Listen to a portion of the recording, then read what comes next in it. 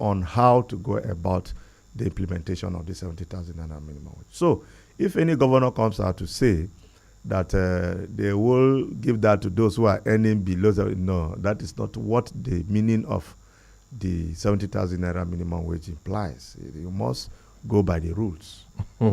Okay, thank you so much, Comrade Umaja, for shedding light on that. We'll delve into these matters as we go along. Just to remind you, dear listener, that you can send in your text messages now. You must not wait until 10 with your contributions, questions, and remarks to 0912 699 9404. That's 0912 699 9404. WhatsApp as well to the same number. We'll take calls later on 081-4335-9292. And you can also comment and like and share our feeds on Facebook and YouTube. Your comments will be read live on the program. Do not forget to tell us where you're commenting from and what your name is.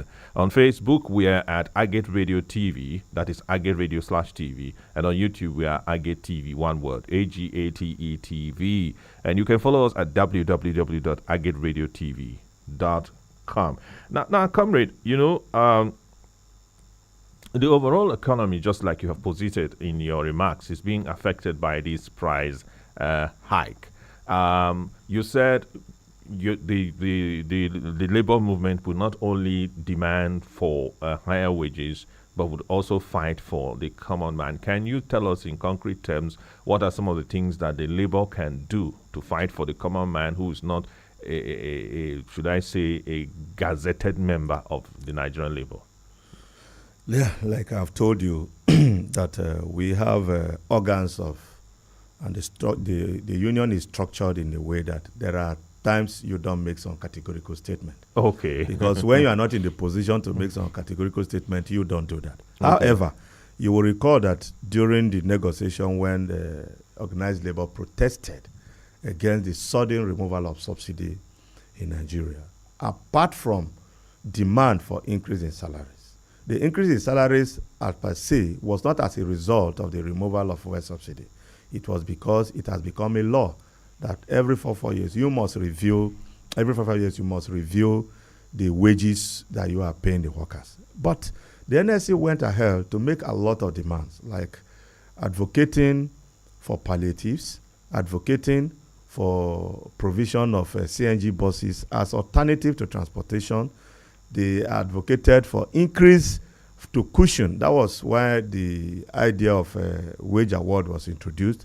So if the demand for reduction in fuel prices was one of the major issues that has been tabled by the organized labor, and you will recall that if certain things are put in place in terms of infrastructures by the government to cushion or to at least help those who are low-income earners, definitely it will go a long way in alleviating the sufferings of the poor masses.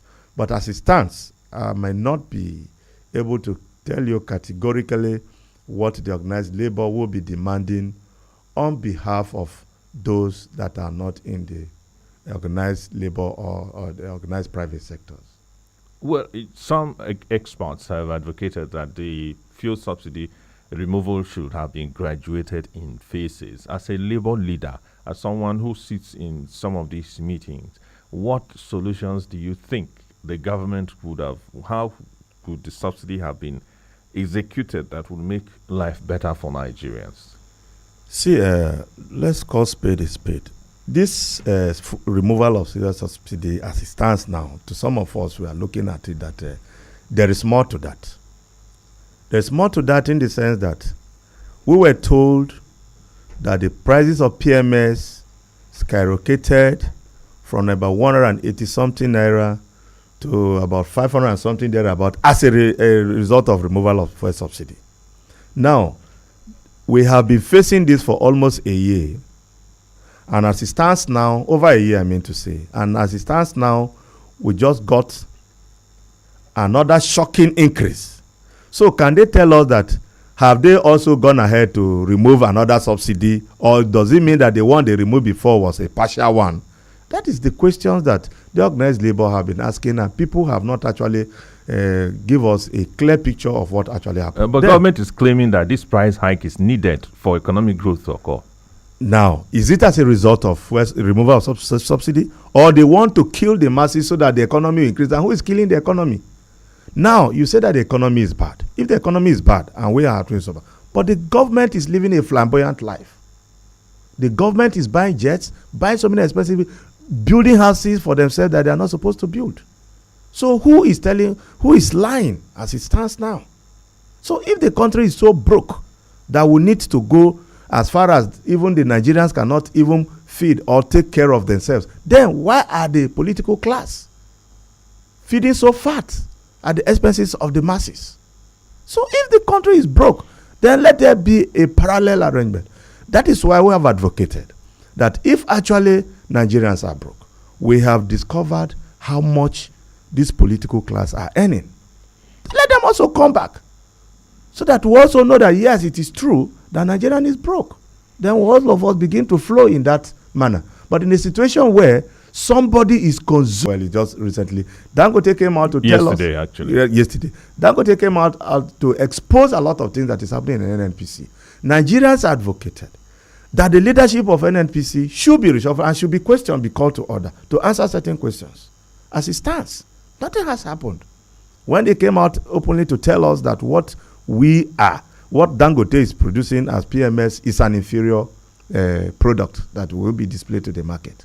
And Dangote also came out to tell us that majority of them who are in government are the ones siphoning this thing and they are mining oil in Malta. So let them come out clean and tell us what is happening in the society so that we'll be able to understand what is happening in the oil sector. Let's look at the other aspect of this whole conversation. The president, when the 10-day protest started and he addressed the nation, he made mention of the fact that the federal government has given palliatives to states, has also given some cash grants to states for wage awards and various cost of living alleviation programs. Is there anything the labor movements are doing to ensure that at the levels of state governments, the succor that is being provided reaches the target sector of the population? Yes, you will recall that more than 70% of the states where these palliatives are rolled out to might not judiciously use what the palliatives were meant for. You will know what the stories about our political class. Yes, we may have few of them who will genuinely distribute this palliative. But the other question is this: for how long will this so-called palliative go on in sustaining the suffering and what people are passing through in this country? So we are saying that as far as any listening or somebody that is exposed will look at it, we are not after the palliatives to per se as it stands now. We are looking at what is the way forward.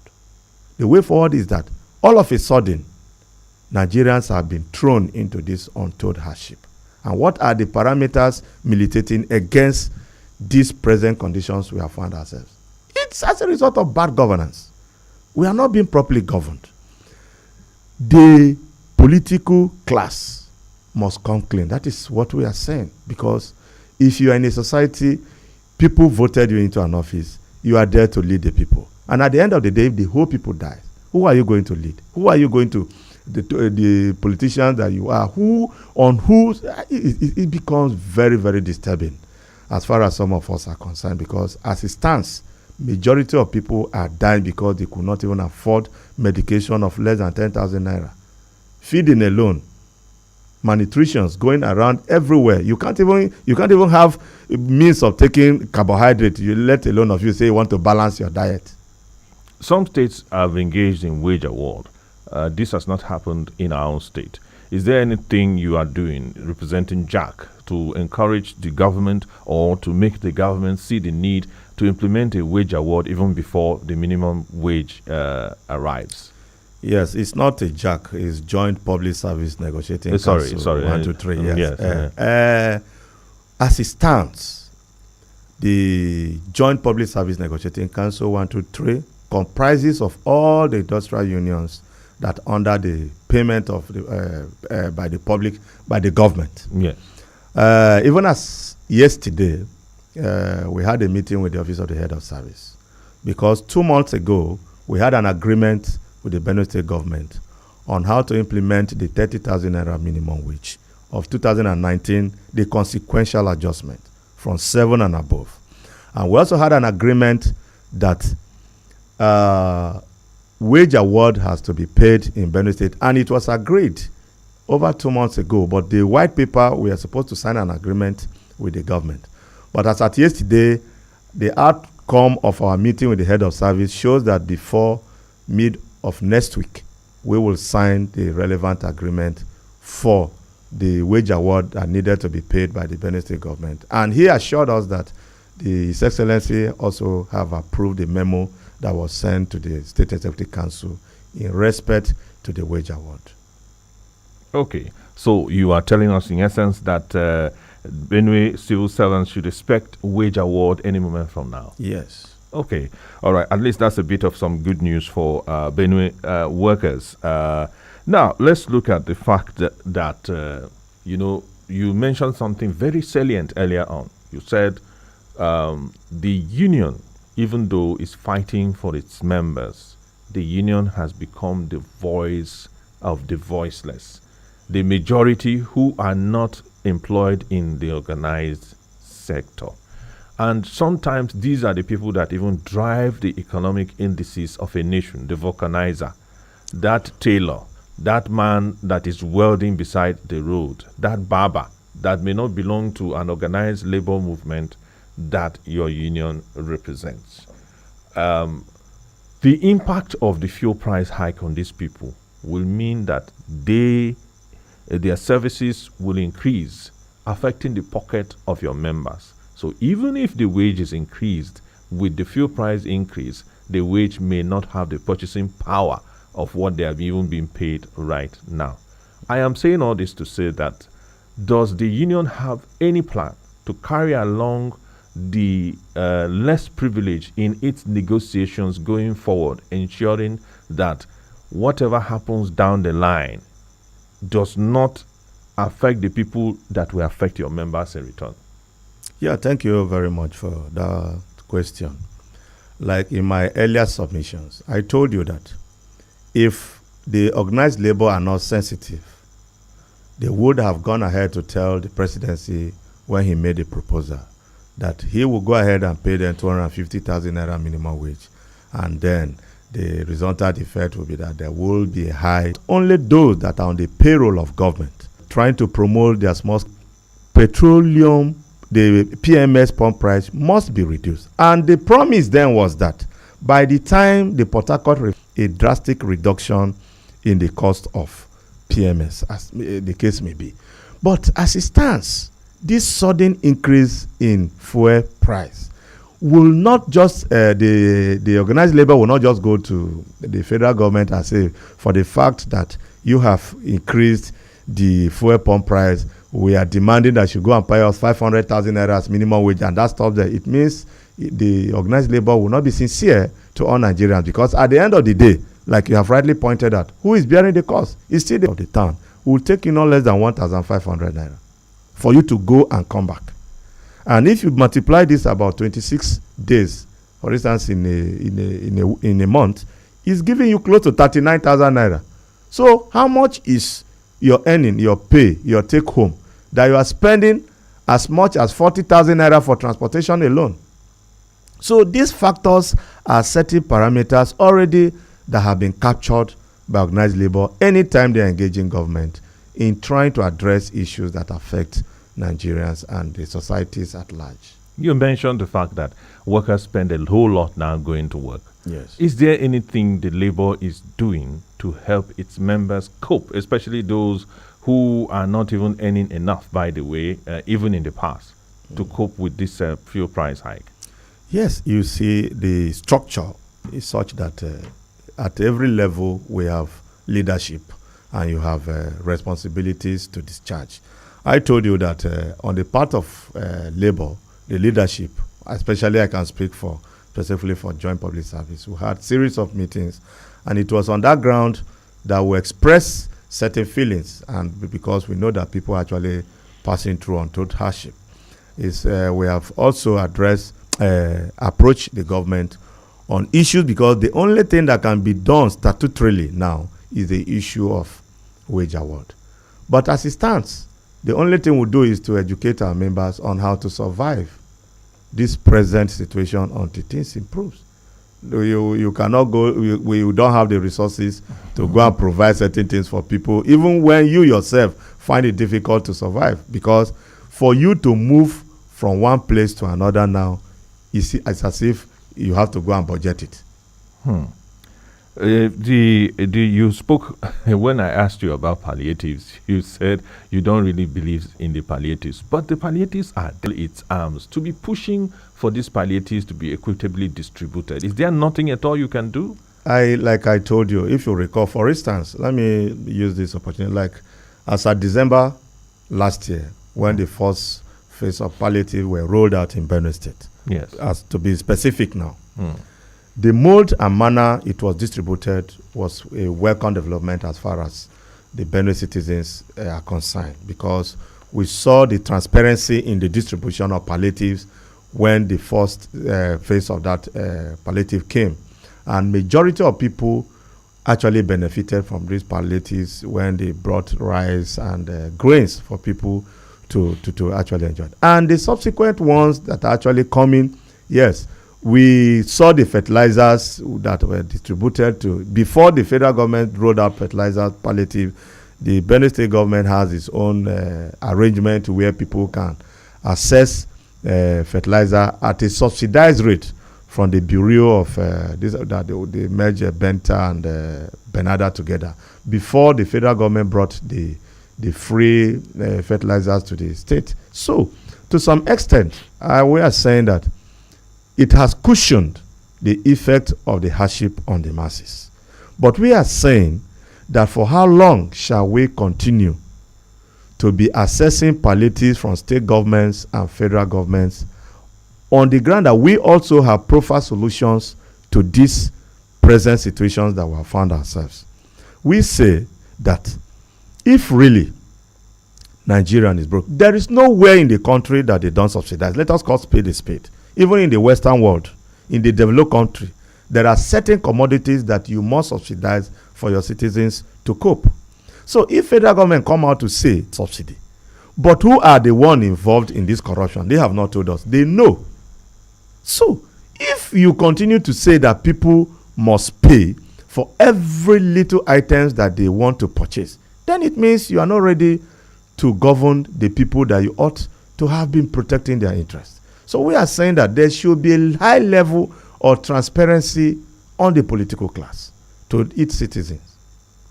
Some may ask that shouldn't the labor be involved in other economic policy shaping, not just fuel subsidy removal? For instance, we know that the subsidy was removed. The fuel price was around 589 naira. That was the government-approved retail price per liter. And if you look at it, the dollar was exchanging to that amount in the public space at that time. So now that fuel is climbing to over 1,000, you see that the dollar is exchanging to around 1,580 something, meaning that actually the price of petrol is affected by exchange rate. And we remember that after removal of fuel subsidy, a few months later, the naira was floated. This is also a policy that has affected the inflation trend in the country. Is the labor limited to only issues like fuel subsidy that are more common public knowledge, or are there other areas of economic policy that the labor is also saying, look, Mr. Federal Government, this is not only the issue of reductions in the PMS that labor is involved at any time they are on the negotiating table with the federal government. Okay. As it stands, you will recall that time without number, the Nigerian Labour Congress and the TUC have criticized, condemned the devaluation of Nigeria by the federal government under the instruction of the IMF, who came telling them you have to do this for the... You understand? So, at the level of organized labor, they have never been comfortable with this economic policy that have been rolled out by federal government. Yes, you asked the question, whether the organized labor, are they not supposed to be part of it? Yes, fundamentally. For any society to grow, even in the Western world, you must carry labor along in any of your economic policies that you are rolling out, so that they can give you some of their input, because they are the ones that are very close to the masses. They are the ones that deal directly with the masses. You agree with me that by the time some of these people are elevated to certain exotic positions in politics, they have no bearing with the common people any longer. They don't even know how the people are feeling. They don't know how the people who actually voted them into the office are feeling. Majority of these people don't even feel what we are feeling. They don't have idea about what the common people in our society are passing through. As it stands, in fact, I have been wondering around these few days that, okay, you just want to get a fuel, maybe you have a car that you want to move around. For you to get a 20 liters of fuel in your vehicle, you will have to spend close to about 20-something thousand naira if you really want to get, because this 900 thereabout that is for NNPC and the rest of them, you can't even afford it because the queue there is terrible. Mm-hmm. You have to stay there all day. And for you to access, for instance, as I'm coming to this program, I have to stop somewhere else to get a little quantity of fuel before I can pass it. If I want to go and get it at the rate of 897 naira, which is about 900 naira, it means this program will hold tomorrow. It will hold tomorrow. It means it cannot hold. And I must have to come down. So with this, honestly, I think it is high time our politicians forget about what is the norms, as in what they feel that I have gotten to this position. They should look at that. They are also human. One thing they fail to understand is that the true air you breathe is the one I breathe. You ought to eat, I got to eat too. And where is these resources that we are gathering? Where are they going to? Because the way God have wired we us human beings is such that by the time you begin to amass so much, you are also limited to what you can eat. You understand? Yeah. Things that people classify as enjoyment is no longer an enjoyment. You get to a stage in life, they will tell you don't eat red meat. The meat that you call enjoyment, they say if you drink it will cause liver. You know, there are so many other things. So why don't you channel these things to people that actually needed these small interventions from the political class? So we are saying, as far as I am concerned, we should begin to think that we are living with fellow human beings, not animals or people from another world in the society anytime such issues come. And I don't want to even put the blames only on the federal government alone now, because we have representatives at different levels. They need to begin to ask questions. They need to begin to address issues that is affecting Nigeria, because the way the whole thing is going, it will get to a point that a drowning man is no longer scared. Even if you are dying, what if you are being starved to death by hunger or whatever, and somebody is using gun to threaten you? What? I don't think it will be anything meaningful to the society. Let's talk about this balance of a thing. You know, the Labour has been accused by those in government of only thinking about the interest of the Nigerian worker without balancing it with the interest of development for those who are not working in the organized sector. How is the union going to balance its demands versus the fact that the government is saying the savings there? What the political class are doing is simply divide and rule. Okay, you recall that recently, after the long period of negotiation between organized labor and the federal government on the increase in salaries of workers, and there was this End Bad Governance protest. And you will recall that Nigerian Labour Congress was not the organizers of the End Bad Governance protest. And even when the government called the organized labor to disassociate themselves or to pull out of the protest, it was clearly stated that you cannot pull out of something you did not organize. And that was the stand of the organized labor. So, as it stands, let me be very, very frank to us now, that the only engine room, the only people that can stand and speak for the masses of Nigeria is still the organized labor. Look at the way the leadership of organized labor have been treated this recently on accusation of being involved in terrorists, cybercrime, and all sorts of things. But we know where these criminals are. We know where the terrorists, the bandits, we know. They can identify where they can fish out most of these people that are criminal elements in the society.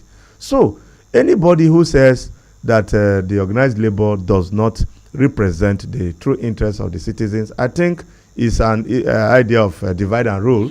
And as it stands, I still believe that Nigerian Labour Congress and at the level of organized labor have done so much in recent times. Yes, there could be issue of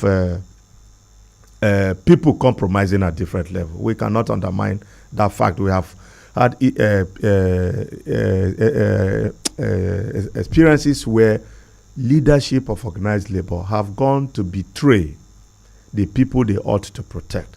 But that does not mean that at every level they are involved in that kind of things. As it stands, I can speak emphatically that even the present leadership of Nigeria Labour Congress have done so much in trying to react to a lot of policies that have been rolled out by the government that are inimical to the growth of Nigerians and society at large. Well, dear listener, you're listening to I Get Radio, and this is Perspectives. We're talking about the fuel price hike and the reaction of the Nigerian Labour Congress. We had intended to also host leadership of the Benue Motorcycle Riders Association, BEMOA, but an emergency beyond our and their control necessitated their absence. However, we have the chairperson of the Benue State branch of the Joint Public Service Negotiating Councils 1, 2, and 3, Comrade Aloysius Umaja, who has been doing justice to the questions that we have thrown at him.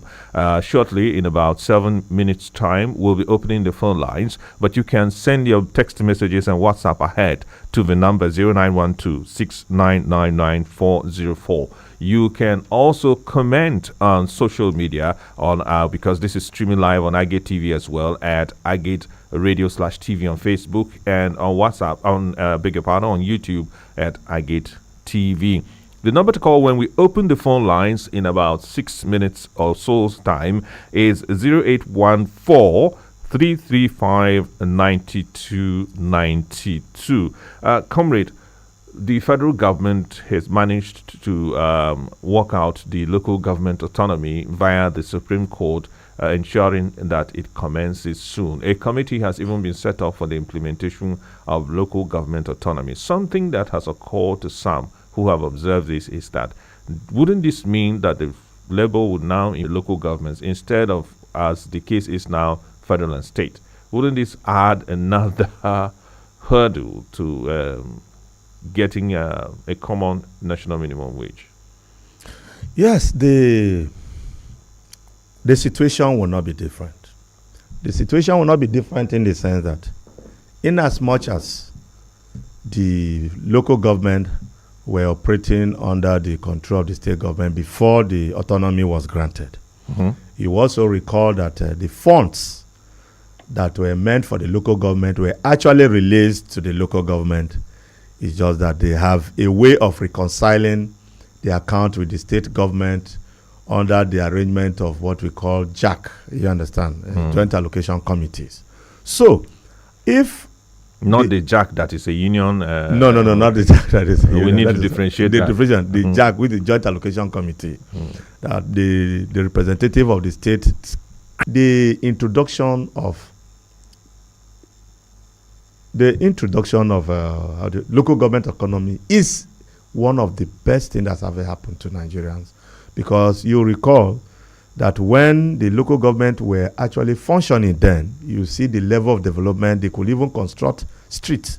They could even tar some streets, carry out some developmental projects that are very, very close to the community and the society. So, by the time you are engaging government at any level, the local government authority, I don't think will have any hesitation. The only thing we should be looking at is the willpower. And do you actually have the resources to take care of if there is a demand? And that is why at any point there is a demand for increase in salaries, labor don't just stand up and say, we are supposed to be paid a certain amount of money. They also carry out their own experiment. They carry out their own research. They carry out a very holistic research to see if actually these people can sustain pay. They can pay and also sustain whatever has been agreed by them. Those parameters must be put in place before certain demands are made. And by the time the people representing the government side come to the negotiating table, definitely they also roll out why they feel that they cannot pay certain amount of money. And that is why the name negotiation comes in, because me and you must bring our differences together. I will tell you why I feel you should pay my people this kind of amount of money. You also tell me, yes, you needed to pay, you want to pay, but these are your limitations. And if the limitations are genuine ones, for instance, you are telling me like what we are telling the federal government when they were involved in this negotiation, if you feel that this you cannot pay certain amount of money because Nigerian is broke, but you are not showing by example that Nigeria is actually broke. So you cannot convince us that there is no money. But in a situation where you are actually telling or you are showing us with your lifestyle that these things, this is how it is done, then definitely people will reason with you. For instance, there will be no need for certain agitations if the economy is robust and stable. If I can go out with 20,000 naira and it can take care of feeding of my family in a month, and the cost of school fees is within my reach, and if I go to the secondary school, I can use certain amount of, why will I be advocating for high salary? There won't be any need for that.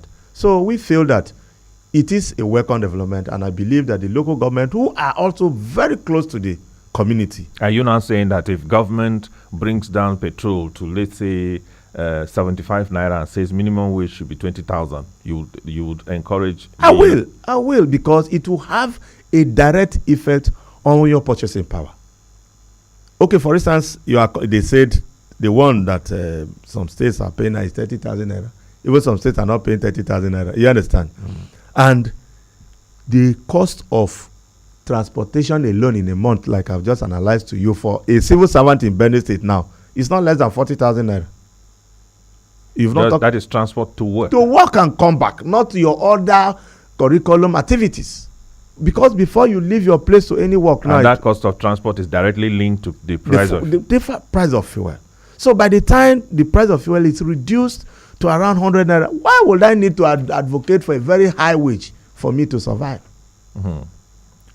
All right, you're listening to Agate Radio, its perspectives, and in the studio is Comrade Aloysius Sumaja. We're discussing the fuel price hike and the reaction of the Nigerian Labour Congress. Entrepreneurship Research and Development announces commencement of application for the National Youth Investment Fund under her cluster.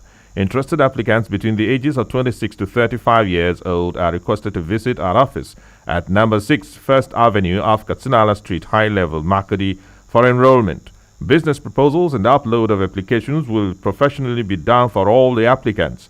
For more details, kindly call 0808 5059 2527 or 0802 669 0507. Signed, Engineer Zakaria Iue, Project Manager for Management.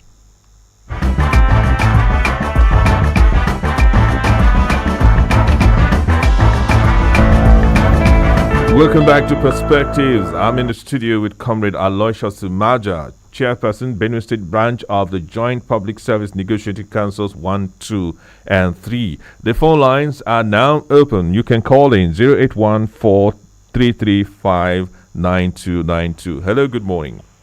Good morning. Morning, sir. I want to appreciate the guest in the house.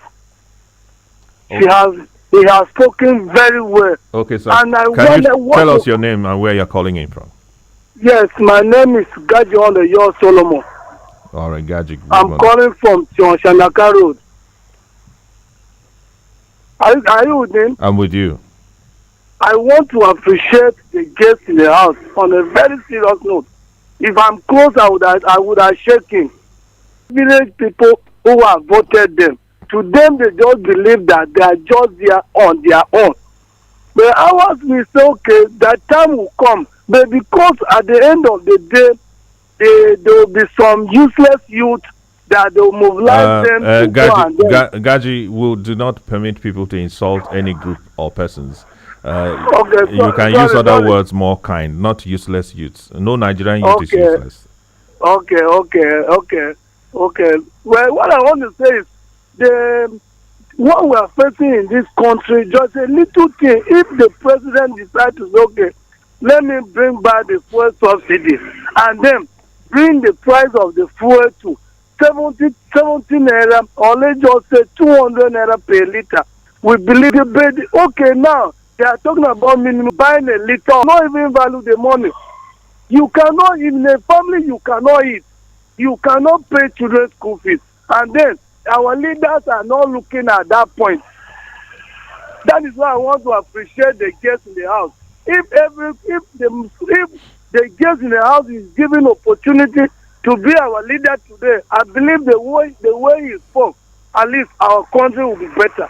All right, thank you. So at least let them bring back the fuel. And what we are facing, okay, imagine somebody who is in the village and then you want to transport your community, you want to transport whatever you have to the market. At the end of the day, you cannot value what you have gotten from the farm, because the transport will get off everything. Thank you so much, So I Gaji. want to appreciate let the president revise his decision and then look at what the average Nigerians are facing. All right, thank you so much, Gaji. Thank you. Well, that is Gaji all the way from Naka Road reacting. And we would like to advise that if you're calling, please do not call any groups with derogatory words. And let's keep our comments civil. Good morning. Hello. Hello, good morning. Good morning, sir. Morning. What is your name and where are you calling us from? My name is Igbayima Akura, a video person from Bankumba, Kiabo, local government. Igbayima, good morning. You're welcome, sir. My regards to your guests in the studio. Thank you. You know, as I said in chief language, if FedEx did not stop you, you will not stop taking medicine. Having said that, I thank the radio station on a very serious note for bringing up this topic again for public discussion. You are doing a fantastic work. May God help you to keep it ahead. Amen. Too. My take on today's topic is that majority of Nigerians are suffering. Most especially with the downtrodden. So we were thinking that, as our president said, that the era of fuel subsidy is gone, whereas the palliative that strongly believe that let him stop towing that line. The issue of that palliative should stop and let him channel the money to other ventures, as he earlier stated, by reducing the refinery in Wuridia and other things, rather than the palliative method. That one, it is minority instead of majority are benefiting through, and majority are suffering. So let him change the direction of that position so that the people that are suffering will benefit. And the other one, let him speedily do the thing of that CNG buses. Let him use that money to distribute the CNG buses in each and every state, as is earlier stated. That, I think, it will go a long way. We Nigerians, we are enduring the hardship that, rather than selective, those that are the little ones that are benefiting instead of the majority. That is my take. Thank you. All right. The politicians say not to. We'll allow you to react after taking this call. Hello. Good morning. Morning, sir. Yeah, this is Godwin Zege. I'm calling from Industrial Layout here in Makurdi. Okay, Godwin Zege, good morning and welcome. Thank you very much. I want to thank your guests in the house.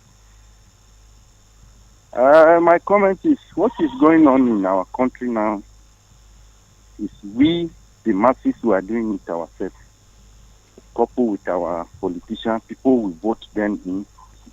Once we vote them, they will go there and take their decision and do whatever they feel like. We, the masses, will be suffering.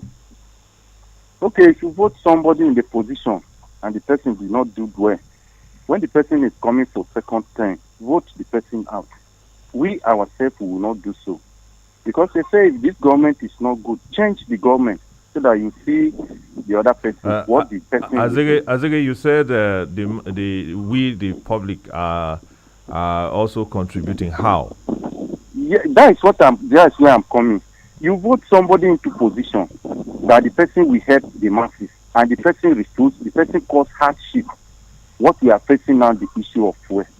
If the person is coming for second time for you to vote the person, the hardship the person caused to you or the masses, you refuse to vote the person. You bring another person in. Okay, now what we are suffering now, people that will vote into government, they are not suffering it because they will charge you 3,000, 4,000 for Kadama or any vehicle you are taking the right to in.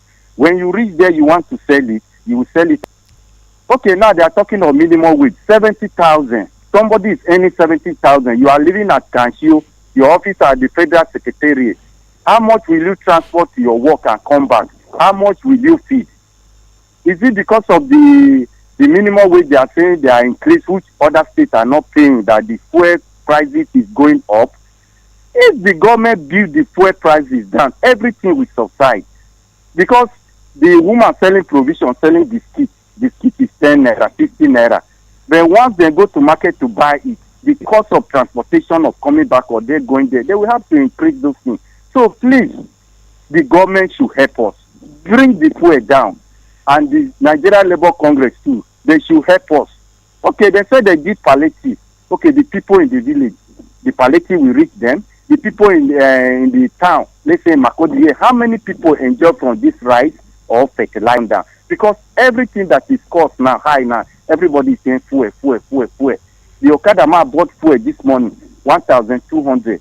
Will you carry you from here to Wadata 100 naira or 50 naira? No, it will increase the money because he wants to gain profit. The causes of a hardship in Nigeria now is fuel. So the government should please help us. Thank you very much. Godwin, what part of Makudi are you calling us from? I'm calling from Industrial Layout as I'm talking to you now, here in Makodi. All right, thank you so much, Azige. Thank you. Well, you just heard him re-echo one of the points you made, that if the cost of fuel is brought down, labor or the workers will not agitate for higher pay. But the lines are red hot. Comrade, let's take some more calls. Yeah, let's take that. Hello? Good morning, my elder brother, Manuel. Good morning, sir. Yes, I'm Peter Tila. I'm calling you from Our Lady of Victoria Cathedral here in Makodi, Benin State. Okay, Peter Pila, good morning. Yes, I want to really appreciate your guest. And I want to appreciate you so much, my brother, for this wonderful topic. You see, I must commend His Excellency, our noble President, our noble Father, President Ahmed Bola Tinubu, for the very bold step he has taken on the issue of oil, to finish the way of oil subsidy. If you look at what that thing has happened, it has greatly impacted Benue State positively. If you look at the support, the massive support the president is giving to Benue State and all the states in Nigeria, then left for the governors to save their people diligently and faithfully. But earlier, he always comes out and says that Tinubu is supporting me. Tinubu is supporting me. That is why you see the projects are going on. And you look at the federal project that has just been done, the Fashion Mall. And those are the things in reality. You see, a tree can never make a forest. The problem Nigerians are facing now is the issue of fuel. That is one of the most painful part. But the president cannot be in Abuja, cannot be in Sokoto at the same time. And that is why he has advisors, he gave ministers. So they look at what are they doing with the resources the president is allocated to them concerning the project in their own area. His advisors, how are they sincerely advising Mr. President that, look, this thing you are taking is not good, this one is not good. How sincerely are they advising Mr. President? If you look at the issue of transport in Benue State, the issue of the 100 buses brought by Father High St. Elias for Benue Links, it was this oil money that Tinubu gave to state government, and they will have the buses, and they are bringing revenue to the state. The truth of the matter is that there is something in it.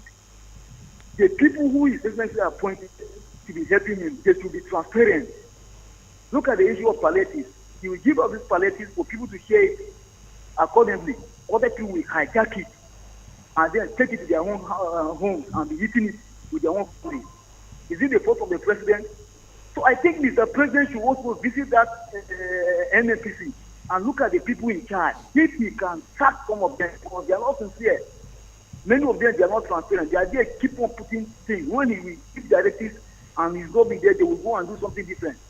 Because if our refineries are working, our textile is working, the Ajakuta Steel Company is working, I think Nigerian issue of this abject poverty will be submitted to the barest minimum. Because look at the number of unemployed youth. But if a Jakarta Steel Company is working, the textile Canada, it will give job opportunity for the teaming youth, because we always talk about the poor man. It's not working, sir. The Empower program, as we speak, of the last administration, up to 10 months now, they are owing those people who were engaged 10 months areas of just 30,000 areas. What is happening? So you say sometimes that you not blame only the president, because people around him are not helping him to work. So Mr. President will have to take a step to go deep. It means sacking those people who are working with NAPC, because they are not giving him the real details. They will say something this morning, in the afternoon they will change, and then in the evening they should be giving him the reality, the account of money that they are selling this oil. All right. And then finally, Mr. President should do everything possible that the refineries are fixed and we retain oil in our own country here, so that the price will come down. When price of oil come down, the goods in the market too will come down. Because when you say that I'll spend money to transport my goods to the market, how do you expect me to sell it at a cheaper rate?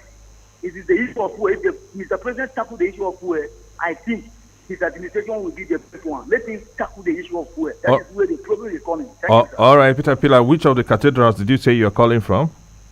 Lady of Perpetual Cathedral here in Makodi, Benue State. All right, thank you so much. Thank you, sir. Peter Pillar just made mention of something you had also touched on before. It seems most of the callers are echoing your points that,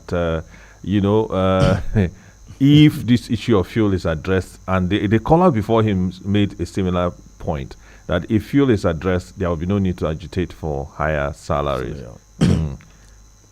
Hello? Good morning. Morning. Ojo James from Kanshur. Okay, Ojo James from Kanshur. Good morning. Good morning. Thank you. I thank our guest today. What the problem is that it is fuel problem. And then what is another problem is that when the labor say this, when the masses were about to follow them, the next day they say, hey, no, everything has finished. And then the next tomorrow, the problem again will come out. You see, increment is not a problem of increment. It's a problem of fuel. What we are saying is that what's the next action? They will not tell me now that we are waiting to hear from labor. Because we individuals cannot go there and then talk. We are supporting labor, and we are waiting for labor to take the necessary action. Because what they are saying, the federal government said they didn't come out. Everything is from the head, It's from the head. The head is rotting. What's the leg? And then, yes, everything will rot now. So we are waiting for labor. Thank you. All right, thank you, Joe James. He said he's waiting for labor, and he insinuated that labor is doing I am a disco dancer with this critical issue, and labor will give Nigerians hope, and then tomorrow they will say no. How do you respond to that? Yes, okay. Thank you, the presenter, and I want to appreciate all the callers in the house. I think they have actually contributed so much. If you look at the first 5 callers, apart from the last one, Ojo James, their submissions are relative. They are they are almost saying the same thing. So I will summarize them together in terms of that, then I'll attend to James Ojo. If you look at what has been presented by all the callers. I will use the last one from Peter Pillar, which in a way trying to summarize the other callers that have called earlier. Yes, I will agree with Peter Pillar in a way that after the removal of the fuel subsidies, we have recorded a very high volume of money that have been pumped to a lot of states, because we have seen the allocations that have been brought to different states.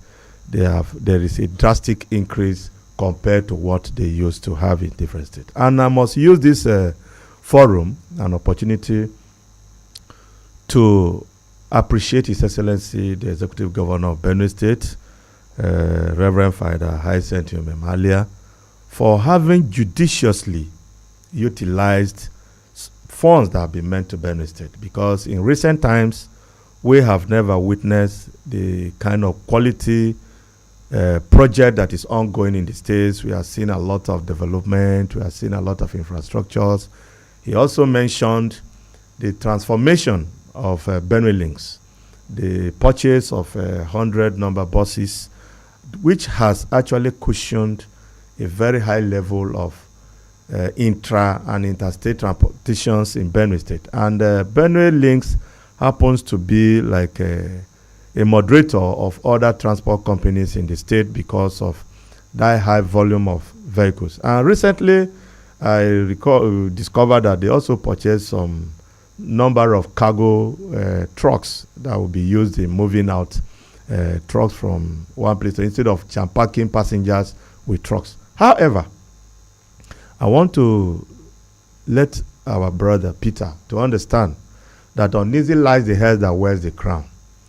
That having done this by pushing a lot of money to the states, and some states are judiciously using these facilities to actually improve on the welfare of their citizens. Majority of the states are not doing the same thing.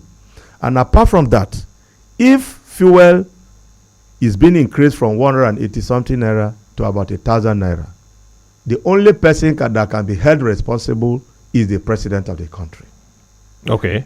He is the same person that have appointed whoever that is leading or piloting the affairs of the NNPC. And also looking at the fact that no matter the amount of money given to states, it doesn't trickle down to the ordinary man. Ordinary man. So why I am saying this is now you may do new roads, but the hungry man does not benefit. That is where I'm going to now. Okay. Now you have seen a lot of projects going on, beautiful ones, renovation of places, edifice, so many things they are trying to put in place.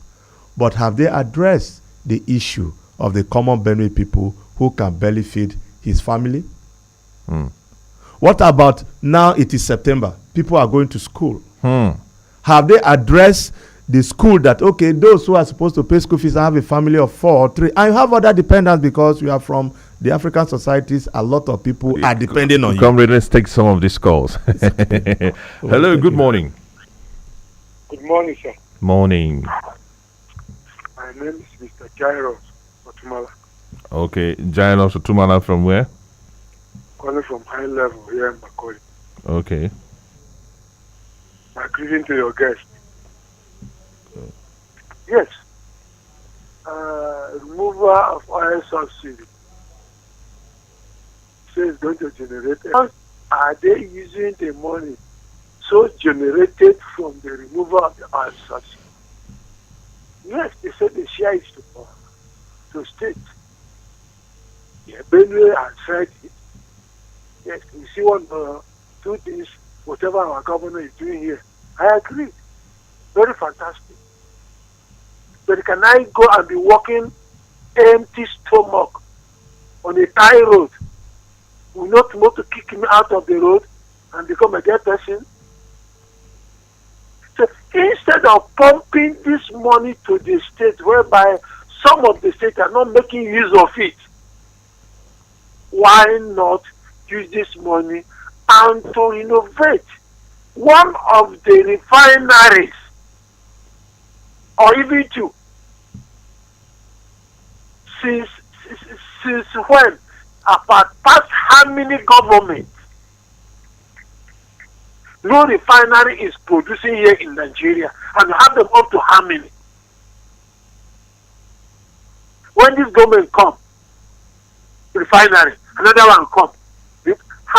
This refinery has become a cancer that is so devastated that it cannot be cured in this country, Nigeria.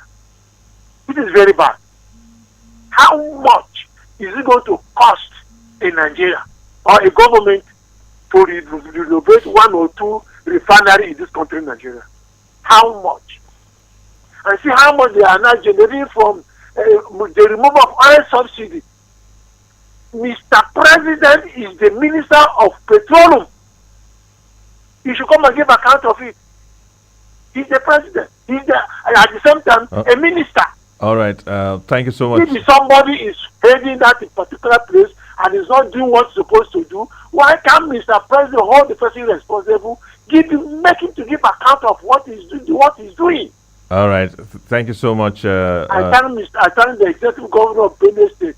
I thank you so much. God bless you. Because you're really a sent governor to come and deliver us. Thank you. Please talk to Mr. President. Thank you, the sir. hardship is too much. It's too much. Thank you. Let that fuel come down. Thank you. Thank you. Thank you, Jairus Otumala from High Level. But, comrade, we have a local refinery now, and they have started selling, and fuel has not come down. So do you think if we refurbish the refinery, there will be any difference? Which of the local refineries is Dangote? No, they have not. Dangote have not actually rolled anything. As at yesterday, I think you are in the media, maybe you will know better than me. Dangote says that nobody from NNPC have lifted any single fuel from the Dangote refinery as it stands. But he has PMS. He has PMS. So these are the questions we have been asking. Now, let's go back to other African countries and other countries in the world. Nigeria is the only country among the oil producing countries that doesn't have a refinery. Even the least some small countries that also are oil producing countries can boast of having their own refineries. Even as during the 70s, 80s, the early 80s. Why can't Labour agitate for that? Listen now, that is what we are saying. Labour, it is part of the presentations of the Labour, part of the demands of the Labour, that you must fix the refinery. You must fix the refinery. They even came out to tell you that in less than how many months the Warri refinery and Kaduna refinery will begin to roll as at last year. That was what they told Labour. Okay, so, comrade, let's take some of these calls. Good morning. Morning, sir. Oraduen Amos calling from Wadata here in Makodi. Oraduen, good morning. Morning, please. First and foremost, I want to congratulate the guest in the studio. He has spoken elaborately on the issues affecting Nigeria as a country. The thing is that it baffles me a lot sometimes. I question the literacy of Nigeria. Because I question the literacy of Nigeria in the sense that if you are literate, why can't you love your people? And again, people don't want categorical statement, but the reality of the whole thing is that you say, Mr. Federal Government, one single individual, no executive council constituted, then pronouncement has been made. Look at what we are suffering today. I was listening to this guest in the house that we don't have a refinery. Oraduen, I'm still going to allow you to make your point, but I want to correct an impression you have made that we don't want categorical statements. No, there is a difference between making a categorical statement and being insultive or making unfounded allegations. This is a radio station, not a beer parlor where you can engage in frivolous. I understand that. I understand about that. You have already made categorical statements, but you have to be respectful and truthful. Exactly. Mm-hmm. So the thing is that, so many callers have said, no, the fuel problem, and that's exactly the hope of the whole discussion here. So if we can go further. It's kind of repeating ourselves and repeating the same thing. But the thing is that if the fuel reduced, definitely, because the guests in the studios say that if the fuel price is reduced, no any worker in Nigeria will ask for higher wages, and that's very true. So I am calling on the government. We are suffering. Nigerians are suffering. The other time, a former president in Nigeria said that how much is a bottle of beer? But if you say that how much is a bottle of beer, that's why I'm talking about as fuel. It's not all persons that consume beer, but every everybody move from one place to another to carry out transactions, do one thing or the other. And if we take private rights in the market to go and sell, you sell at a higher price, what will you buy at the end of the day? It is due to hike in PMS that is causing all these problems. So if the price of PMS is reduced, everybody will enjoy in Nigeria. That's my take on the matter, please. Thank you so much, Olodun. Well, you were talking about refinery refurbishment and the impact how it will have on the cost of fuel and what Labour has been agitating from government. Please, can you complete your thoughts? Yes, I was saying that Labour, right from day one, had agitated that our refinery should be fixed, should be revitalized so that they can service Nigerians. We have the crude oil. We are exporting the crude oil to outside, refine there, and bring it back to ourselves. And that is the major causes of the whole problem we have in Nigeria. But the only problem now is corruption. We all are aware, the government is aware, that you can fix the refinery with the resources that we have. But you know that we cannot manage the refinery because we are corrupt. I don't want that everybody is corrupt in Nigeria. We have good Nigerians who are not corrupt. Yes. And if you are ready to change the narrative in the country, then you can do the needful. What we are advocating for is this. It's very simple. Why is it that this thing is tenable in other countries that are far below Nigeria and we cannot do it here? And our oil is one of the biggest when you compare Brent crude. Yes. The best quality of crude. Compared to other crude oil in the world. Most expensive. And is it a cause for us in Nigeria to have crude oil? In fact, our crude is referred to as sweet crude. That is it. That's so a sweet aroma. What we are saying in essence is that the president uneasy lies the hair that wears the crown. For instance, it is time to go to school. Your children will never care whether you have money or not. You must take them to school. Okay. If they are hungry, you must give them food. You brought them to this world. The same thing is applicable to the president of Nigeria. He is the father of the whole nation, and he must make sure that Nigeria survives. All right. Thank you, comrade. Hello. Yeah, good morning. My name is Amos Amu. I'm calling from Amakli local government. Amos who?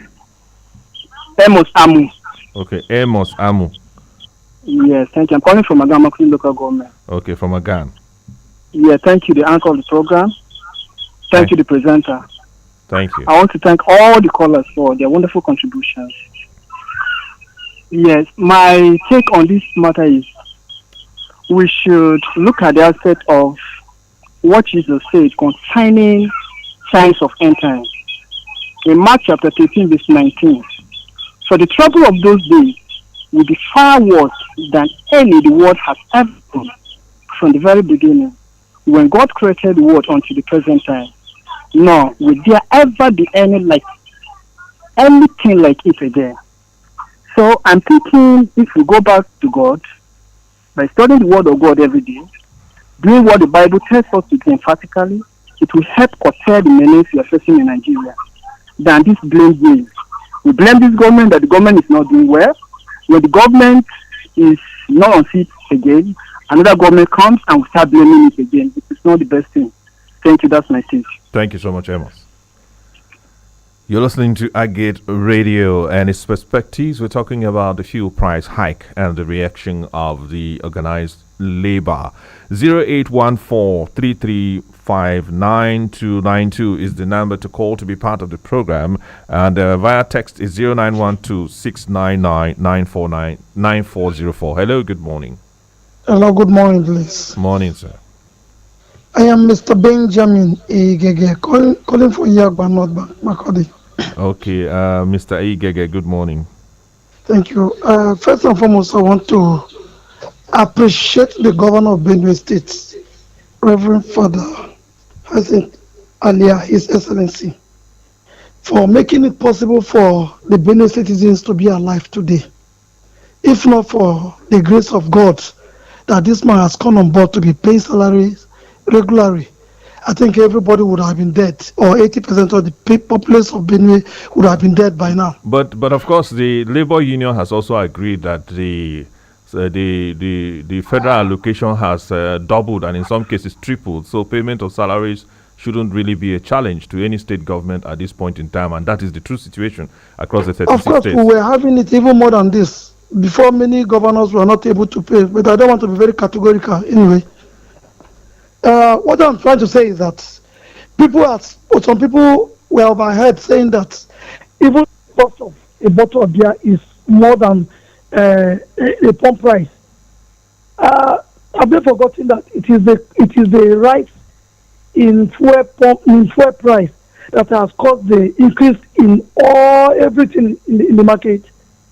Beer that was sold for 250 naira has suddenly increased to 700 because fuel prices have been increased. The only thing boiled down to fuel increase. Let fuel be reduced. Let the pump price be reduced. The presidency is sitting there and watching, and he has appointed people to oversee these affairs. If they are not doing their best, he should have the right to tell them, do this and do that.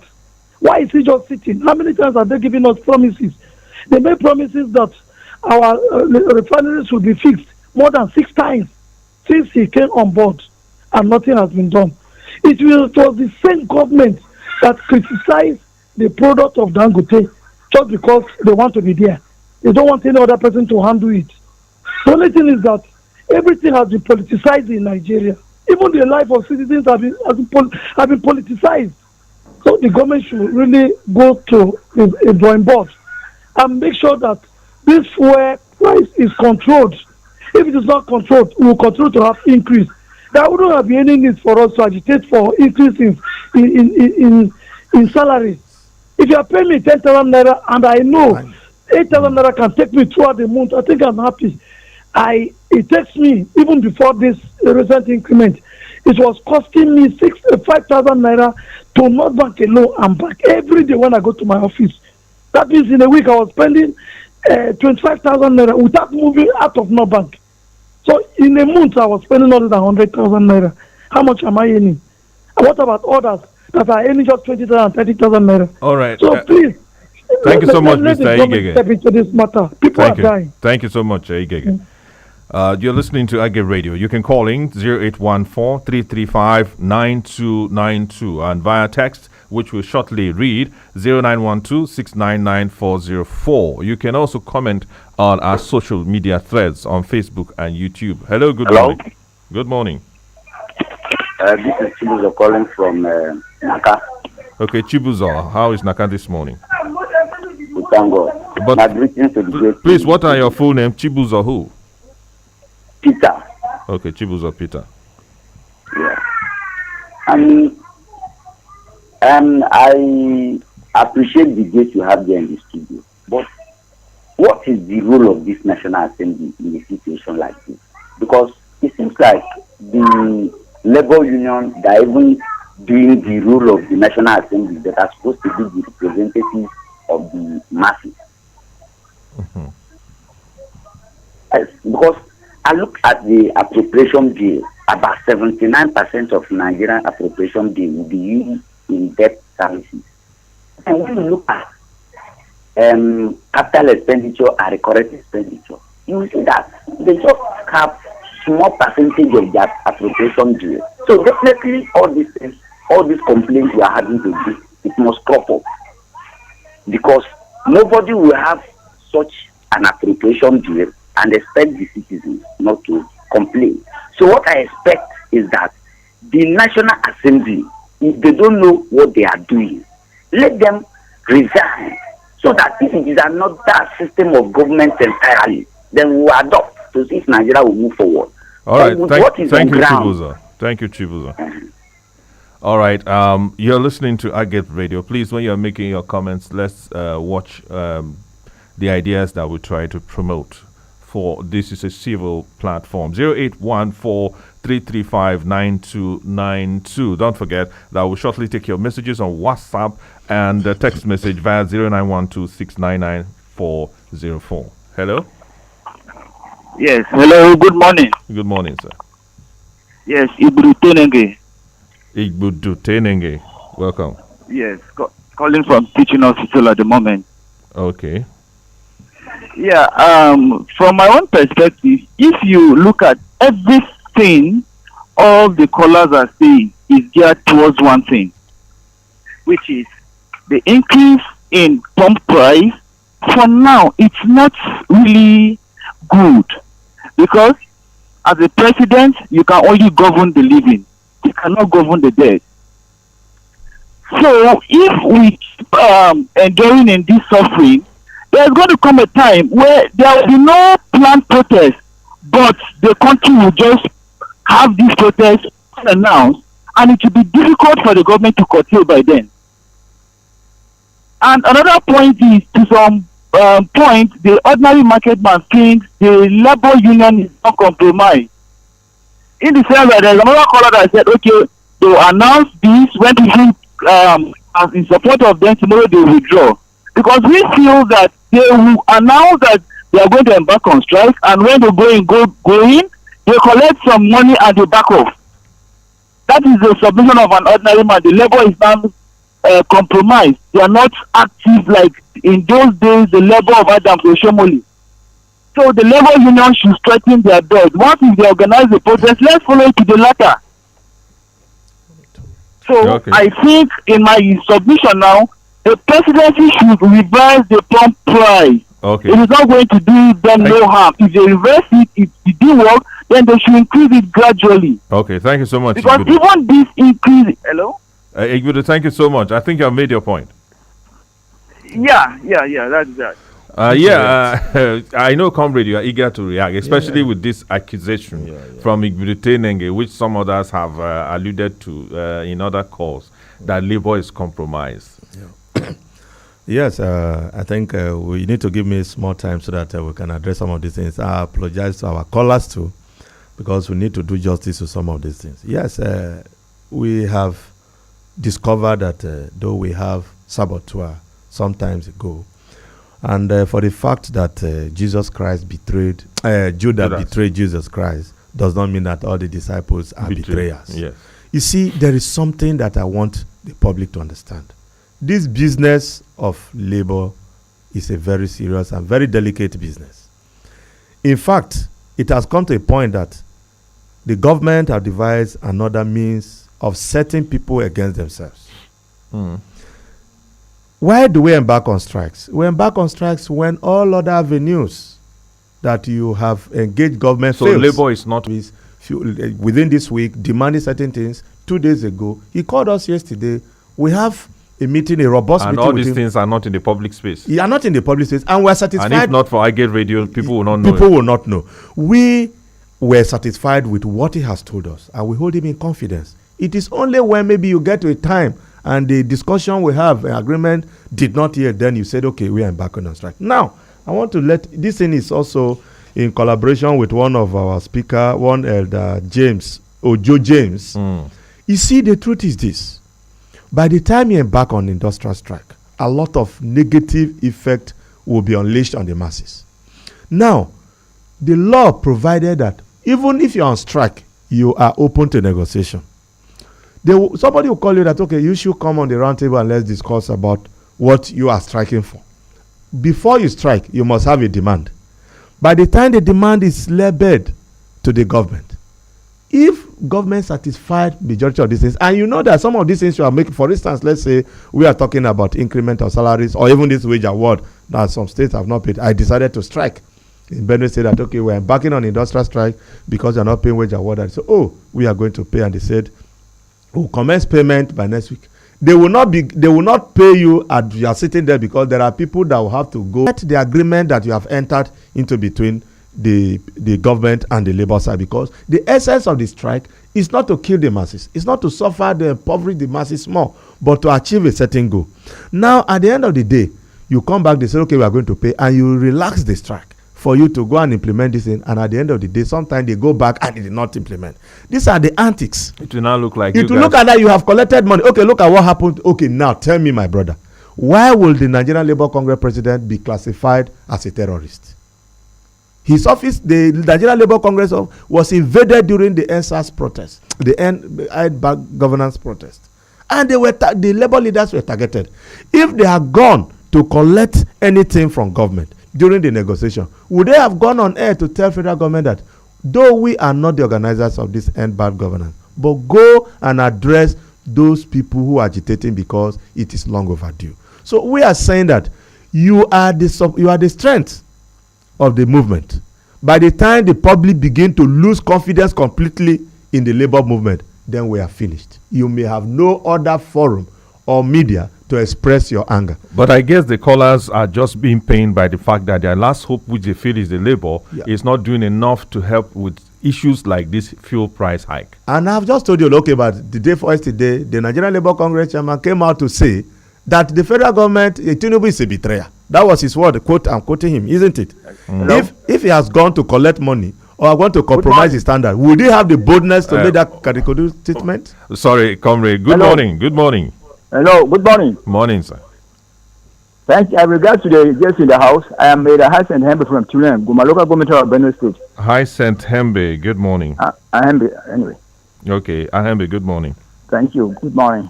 From Tulane, right? From Tulane. Okay. This problem now is actually spearheaded by the oil subsidy. Okay. And followed by hiking in fire of the fuel, but it's all the same fuel. And then tripled by the labor force. However, it is centered on the oil subsidy. And there is need to not to discuss or to challenge the oil subsidy because the president is favored the president. And as such, we think people are even agitating for their own demands based on fuel subsidy. You can even go to the supermarket. Somebody say you popular and say at high price and say because of fuel subsidy, which is totally wrong. So I'm suggesting to the federal government again that you should break down and even establish more mega stations like Makurdi now. At least we shall have 5, and other places that are open cities like this, so that the fuel hike will be reduced. The NNPC Limited will sell the fuel at a better price that people will buy and they will feel at ease. So that's my own suggestion. Thank you. Thank you so much, Eda Hyacinth. From Tulane in Guma, advocating for establishment of more mega filling stations to ensure that petrol is sold at below what other independent marketers are selling. Now, in shortly, we'll take your text messages. Just time to take the last call before we read your messages. Hello, good morning. Hello. Hello, good morning. Good morning, sir. Morning. I want to thank your guest in the studio. Your name? Your name, please. Rightly, this is Ahamba Moses. Okay, from where? I'm calling here in Makurdi. Okay, Ahangba, thank you so much. What part of Makurdi? Okay, it's at Nyon here. Nyon. Okay. After this quarter. Okay. So, my own perspective is everybody is laying emphasis on fuel. But, to my own point, I want to advise the president that he should please diversify the economy. It shouldn't be on fuel alone. Before the discovery of fuel, it was agricultural produce that we were surviving on. So now there are insecurity. Farmers are being displaced. We should as well create an enabling environment for farmers to go back to their places. We should synergy with the governors so that farmers will go back, so that food will be made available. Because right now, as of when I graduated, I did casual at Ministry of Information. I worked with DRS. It didn't work. Now I'm at the farm. As of yesterday and today, I have been unable to go to the farm because of transport. So please, if food is made available, even if I don't have work, I will still be surviving with my family. So please, you should look at that aspect too. All right. That's my own submission. Thank you so much, Ahangba. That's Ahangba. Moses, our last caller for the day. Let's take text messages and reactions from our guests in the studio before we wrap up. In our WhatsApp inbox, Charles Bula from Ampa Quarters in Makurdi says, it is not a crime to subsidize critical products. Most Nigerians were opposed to subsidy because of the bogus, unverified figures paraded in the name of subsidy.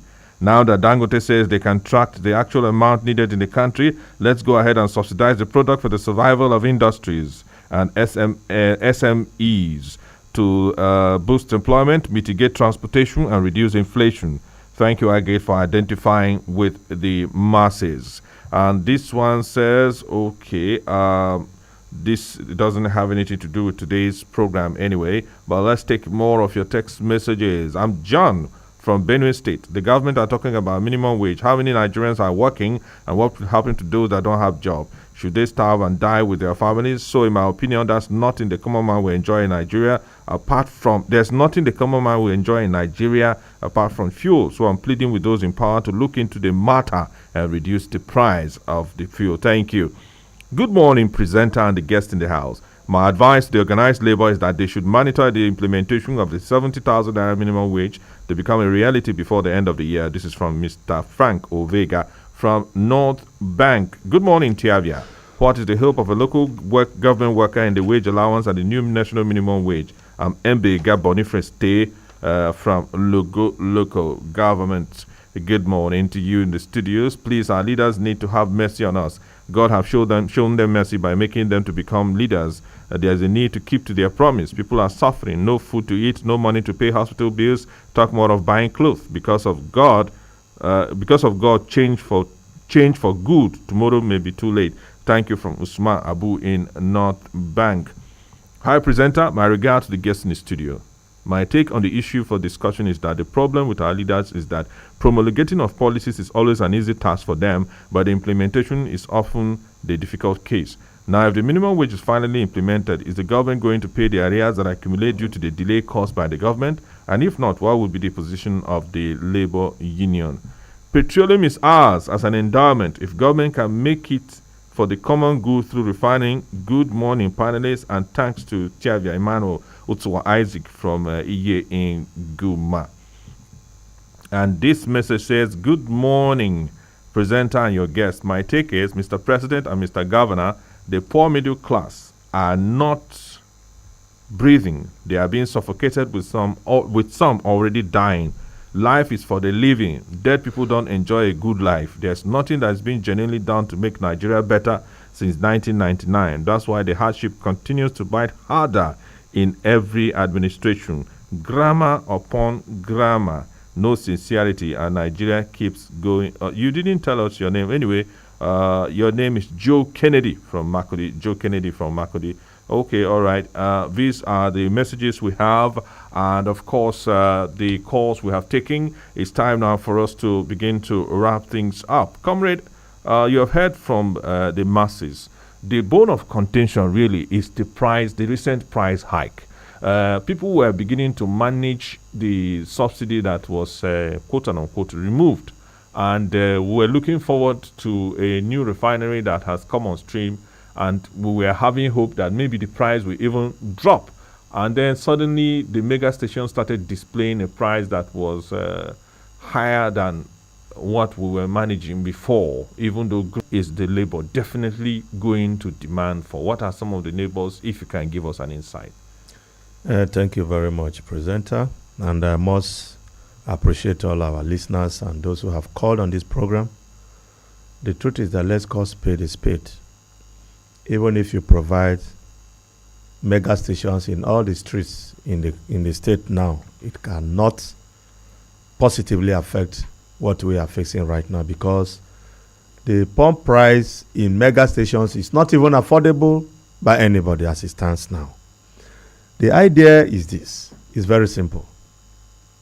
The country, we are in a precarious situation in the sense that those who are supposed to make policy statements, whether they are not ready to make it, we don't know. But the truth is that I have kept emphasizing on this, that uneasy lies the head that wears the crown. During campaigning period, during electioneering campaign, people came out and brought up very beautiful ideas on how they are going to govern the country. Before you step into these leadership positions, you must have identified some of the problems that your people are facing. So, any other discussions we have, be it economic hardship or whatever, it is tied down to the increase in fuel prices. So we are saying that the refineries must be put in place. Dangote refinery that is producing now should be supported and monitored.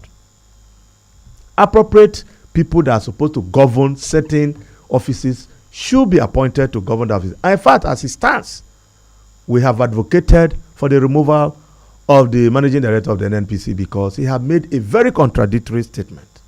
The way amenities are being handled. Yes, even if you are not, you can step aside and investigate what is really happening in that place because the masses are actually dying. And who are you going to govern at the end of the day? Yes, we have very beautiful promises by government, like the federal government, that yes, the economic policy that is coming at the end of the day, people will enjoy it because of IMF advice and so on. But at the end of the day, what if you don't have the people living? Who are you going to govern? So we are advocating that let there be a holistic approach in terms of how our refineries is managed.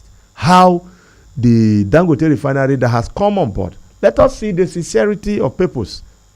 Then at the end of the day, things will begin to flow in gradually. We know things are difficult, not only in Nigeria. In the Western world, we are witnessing some other, but it's not as bad. We have witnessed what is happening now, and we know that it's a human factor. All right. Deliberate human factor. Thank you so much, comrade. And that's the much we can take on Perspectives this morning. We hope that by Monday, your regular host will return. But for now, I would like to say that we appreciate the chairperson of Joint Public Service Negotiating Councils 1, 2, and 3, Comrade Aloysius Omaja. Thank you so much for being part of the program. Thank you again, once again, Tavia and Benue people and Nigerians at large. And to you, our dear listener, thank you for staying with us and for being part of the program. Your contributions are always valued by us over here at iGate Radio. Until Monday, when we bring you another brand new edition of Perspectives, I am Emmanuel Tiavia saying, have yourselves a lovely weekend.